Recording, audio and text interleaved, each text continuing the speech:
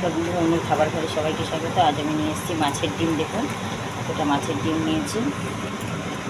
তার মধ্যে মাছের ডিমের মধ্যে দিয়ে দিচ্ছি হলুদ, লঙ্কার গুঁড়ো একটু একটু পেঁয়াজ, আর বাইন্ডিংয়ের জন্য দিয়েছি একটু বেসন, একটু ময়দা, পেঁয়াজ, কাঁচা লঙ্কা জন্য দিয়েছি।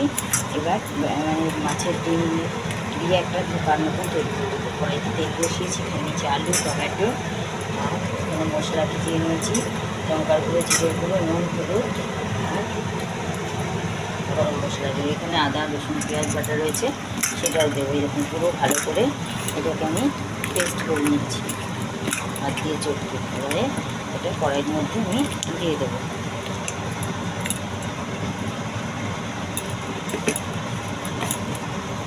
পুরো মেশানো হয়ে গেছে, এটাকে কড়াইতে দিয়ে ঢেকে দেবো। তারপর পিস পিস করে কেটে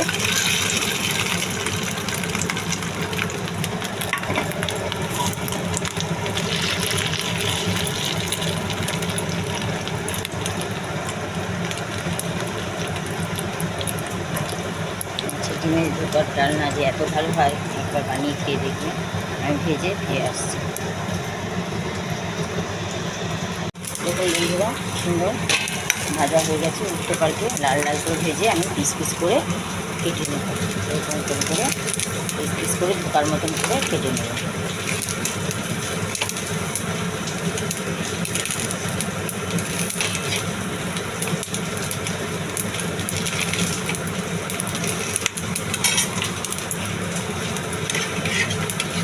আমি থালাটার মধ্যে নামিয়ে আরও টুকরো টুকরো করে নেবো। এই ফাঁকে আমি আলু ভেজে নেবো। কড়াইতে তেল দিয়ে আমি আলুগুলো ভেজে নেব। দেখুন, বেশি করে তেল দিয়ে দিচ্ছি একবারে।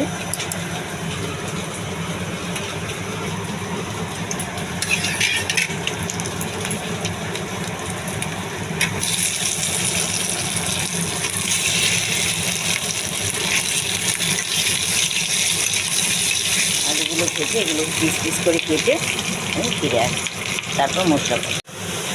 দেখুন বন্ধুরা, আলুটাও ভেজে নিয়েছি, আর এরকম করে করে ধোকার মতন পিস করে নিয়েছি। দেখুন, এরকম ধোকার মতো সুন্দর করে পিস করে কেটে নিয়েছি। ওদিকে পেঁয়াজ, রসুন, আদা বাটা, টমেটো সব দিয়ে দিয়েছি তেলের মধ্যে। জিরা তেজপাতা ফোড়ন দেওয়ার পরে এবার ভালো করে এটা কষিয়ে নিয়ে মশলাটা দেবো। দেখুন, প্রত্যেকটা ভালো করে পিস পিস আমি করে নিয়েছি।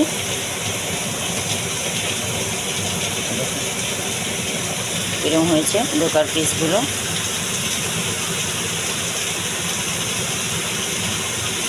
সবগুলো আমার কাটা হয়ে গেছে। দেখুন,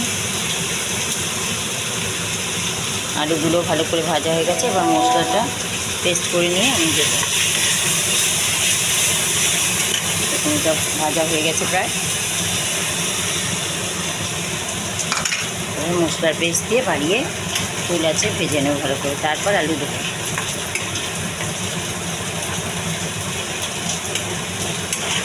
আলুটা সিদ্ধ ছিল, সেই জন্য আমার অসুবিধা হয়নি, তাড়াতাড়ি হয়ে গেছে। লাল লাল করে ভেজে রেখে দিয়েছি। এইভাবে মশলা থেকে যখন তেল ছাড়বে তখন আমি দিয়ে দেব জল দিয়ে ফুটতে দেবো ঢাকা দিয়ে।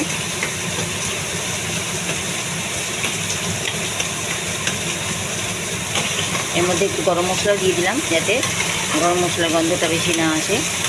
একসাথে মশলাগুলো সব আমি কষিয়ে নিলাম। আর কিছু দেওয়ার নেই। নুন মিষ্টি চেক করে সামান্য একটু মিষ্টি দিয়ে মশলাটার মধ্যে দিয়েছি কালার করার জন্য, চিনি, ব্যাস। দুটো কাঁচা লঙ্কা দিয়েছি। দেখুন, মশলা দিয়ে তেল ছাড়তে শুরু করেছে। এবারে আমি সব ডিমের ধোকার টুকরোগুলো দিয়ে দিলাম, আর দিয়ে দিলাম আলু দিয়ে খুব ভালো করে একটু কষিয়ে নেব ভাজা ভাজা করে।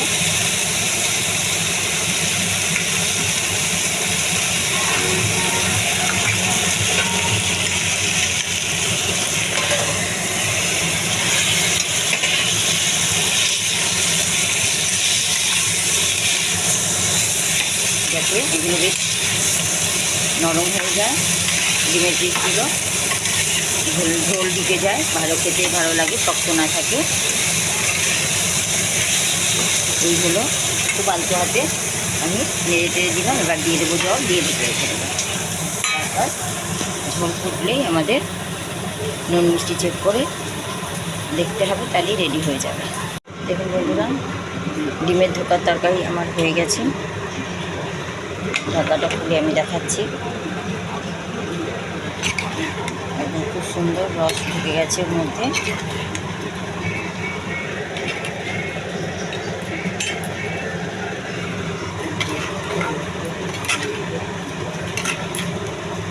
এবার আমি গ্যাসটা অফ করবো, একটু ঘি দিতে হবে, ব্যাস, আর কিছু দেবো না।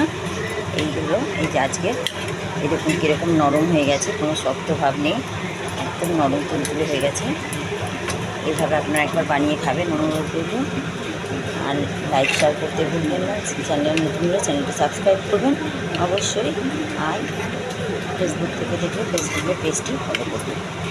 এইভাবে ধোকা, মাছের ডিমের যে ধোকা হয়, এইভাবে করলে দারুণ টেস্ট লাগে, এক তরকারিতে ভাত খাওয়া যায়।